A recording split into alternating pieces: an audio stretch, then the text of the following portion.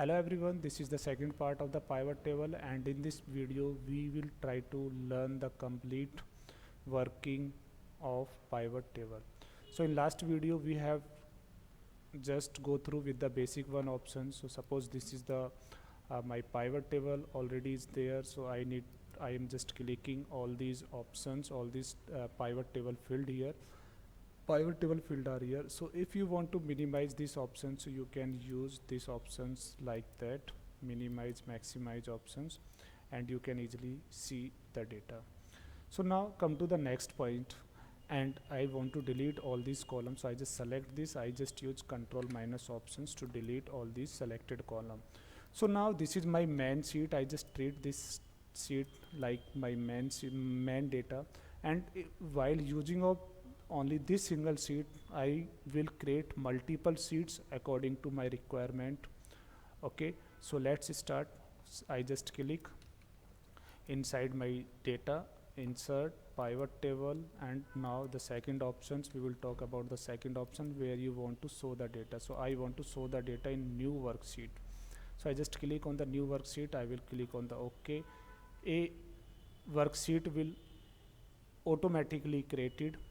Okay, and here the pivot table module are there, and here pivot table fields are there. So we will also repeat these options, and after that we will repeat the next these four boxes. So let's start. This is the pivot table. So if we are going to create multiple pivot table in our workbook, so we can also manage my pivot table with any of the particular name. So how we can put the name? I need to click here, and I need to click here, and I will give the pivot table name like sales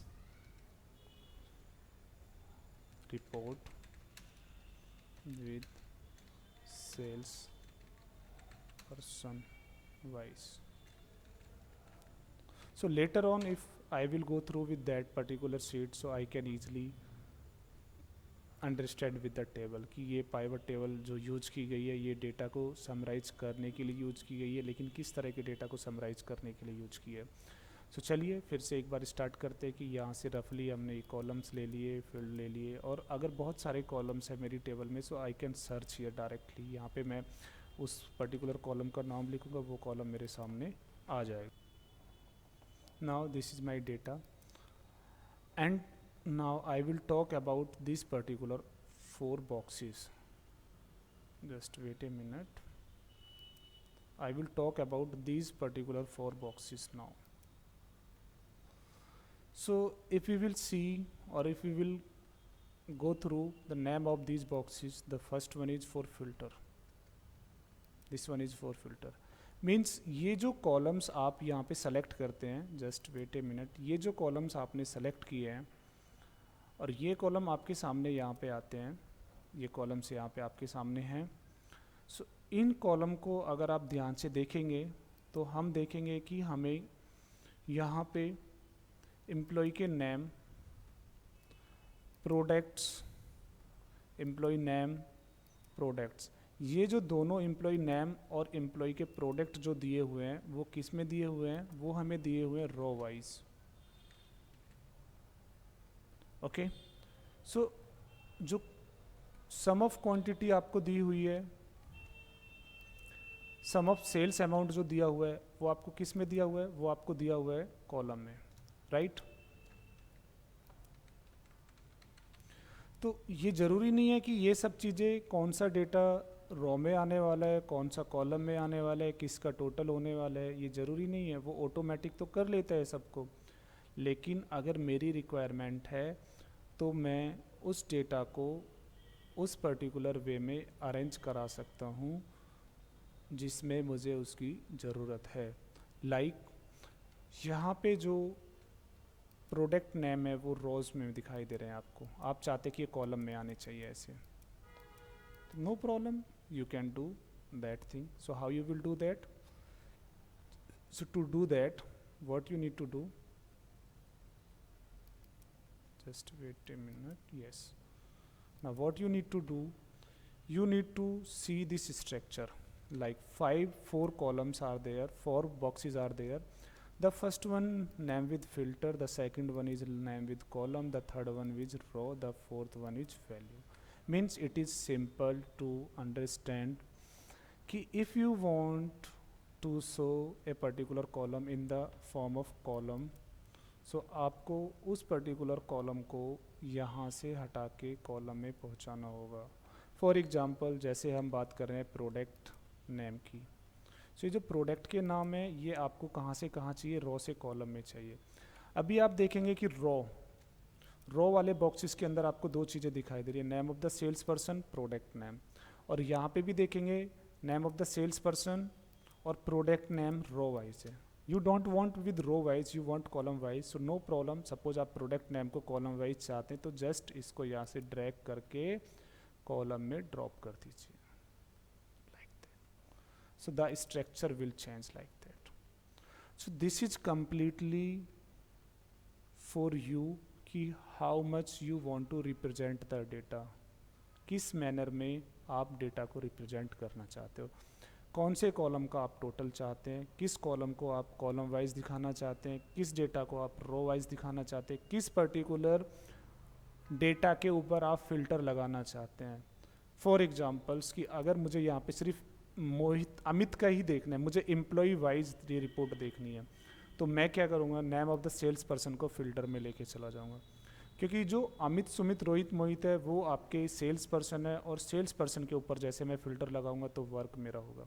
सो यहाँ पे जैसे ही मैंने रो से हटा के sales person को filter में लेके आया, हम यहाँ पे देख सकते हैं ये name of the sales person एक फ़िल्टर वाले वे में आ गया. ओके, सो मैंने यहाँ पे क्लिक किया, और क्लिक करने के बाद अब जिस भी एम्प्लॉय का मुझे रिजल्ट देखना है मैं वहाँ पे क्लिक करूँगा उस एम्प्लॉय के ऊपर और ओके करूँगा. डेटा मेरा बैक साइड में यहाँ पे चेंज होता रहेगा लाइक दैट. मल्टीपल एम्प्लॉय का देखना है, ऑप्शन को सेलेक्ट कीजिए और मल्टीपल एम्प्लॉय का देख लीजिए किसी एक पर्टिकुलर प्रोडक्ट का. ओके, किसी एक पर्टिकुलर पर्सन का, किसी एक पर्टिकुलर क्वांटिटी का, किसी एक पर्टिकुलर अमाउंट का, जो भी आपको देखना है आप यूज कीजिए. सो ये जो 4 बॉक्सेस है ये बहुत ही इंपॉर्टेंट है आपके filter, column, row and value. और इनका यूज करने का सबसे सिंपल तरीका है कि जो भी डेटा आपने एनालिसिस किया है, एनालाइज करने के बाद अगर आपकी रिक्वायरमेंट है कि ये डेटा जो अपने ये वाला रो जो अपने डेटा को रिप्रेजेंट कर रहा है ये कॉलम में आना चाहिए, तो आप उसको रो से हटा के आप उसको कॉलम में ले जाइए. ये वाला डेटा जो कॉलम से रो में रिप्रेजेंट कराना चाहते हैं आप कि ये कॉलम की फॉर्म में ना आके रो की फॉर्म में आए, उसको कॉलम से हटा के रो में ले जाइए.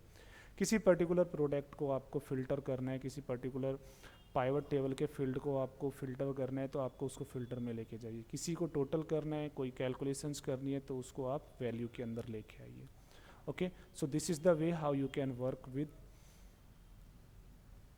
filter, column, row and values in pivot table fields. So come to the next one point, और इसको हम उसी तरह से रखते हैं, वैल्यू को भी हम इधर लेके आते हैं, प्रोडक्ट नेम को भी इधर लेके आते हैं, और ये डेटा हमें यहाँ पे दिखाई दे रहा है. ओके, सो ये डेटा हमें यहाँ पे दिखाई दे रहा है, हम इसको फिर से इधर ही कर लेते हैं. ये डेटा आपके सामने आ रहा है. अब चलते हैं फिर से इस मेन टेबल में आते हैं और दोबारा से फिर से पाइवट टेबल लगाते हैं हम. और पाइवट टेबल में अब हमें क्या करना है, विद इन 10 to 15 सेकेंड्स में जो मेरे 5 एम्प्लॉयज़ है, 5 एम्प्लॉयज़ की मुझे सीट बनानी है. ओके, सेपरेट सीट बनानी है सभी डेटा के साथ. तो फिर से मैंने यहाँ पे किया, डेटा सेलेक्ट हो गया, न्यू वर्कशीट, और न्यू वर्कशीट में मुझे name of the employee, quantity नहीं चाहिए मुझे, क्वान्टिटी चाहिए और सेल्स अमाउंट चाहिए.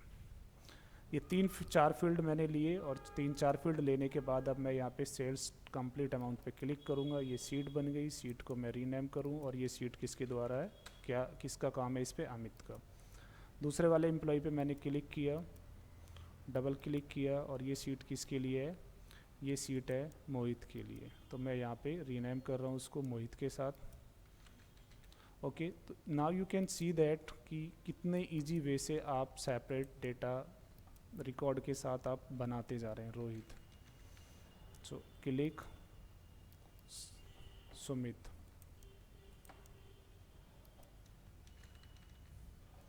Now again go on the last time, click on the Sachin record, and here is the Sachin file. Okay, and sheet 5, rename the sheet 5 with the name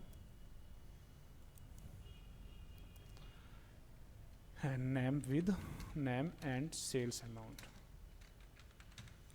So now you can easily see that कि it is too easy to separate the data. एक data जो सिर्फ एक seat के अंदर था, जिसका नाम यहाँ पे मेन डेटा था, और उस डेटा का यूज करके हमने कितनी सारी डिफरेंट सीट्स बना ली अपनी ज़रूरत के हिसाब से. Okay, so in this video we have just touched the advanced one options, और mainly the separation of the data को किस तरह से हम सेपरेट कर रहे हैं, और उसके बाद जैसी मेरी रिक्वायरमेंट, जैसी मेरी ज़रूरत, उस तरह से मैं डेटा को क्या कर सकता हूँ, यूज कर सकता हूँ. नेक्स्ट वीडियो में हम pivot table with pivot chart के साथ वर्क करेंगे. Thank you.